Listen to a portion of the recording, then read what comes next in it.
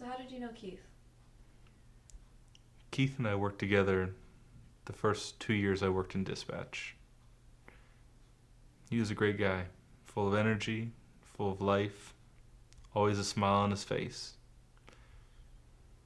He had a beautiful wife and kids. He wanted to give them a better life. And it was always his dream to be a trooper. So he went on the road. Tell me about that night. It was a night just like any other. No calls. People were wrapping up paperwork and ready to go home. Quiet. And then the phone rang. It shames me to this day that I laughed it off. That I didn't believe when they said a trooper had been hit and that they were hurt.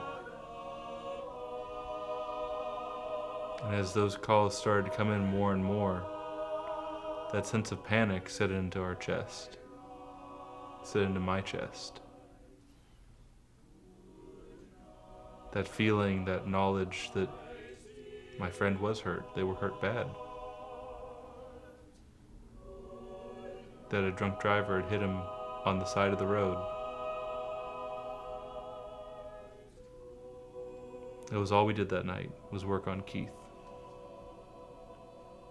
But still, they didn't tell us anything. We didn't know how bad he was hurt, how he was. We went home not knowing. I drank myself to sleep that morning. I think what was harder was getting up and going to work that night. When attempting even the easiest, simplest task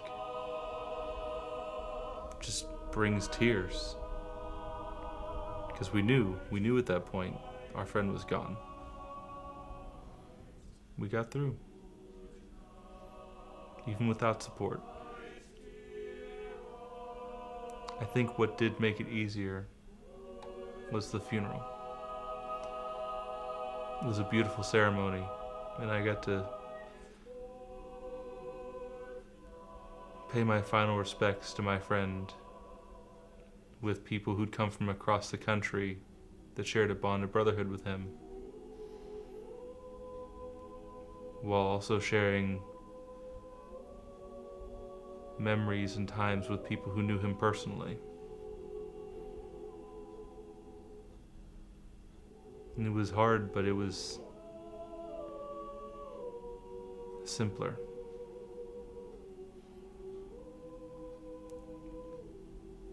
And I see his wife and kids, his little girls, and they always greet me with a smile and a hug.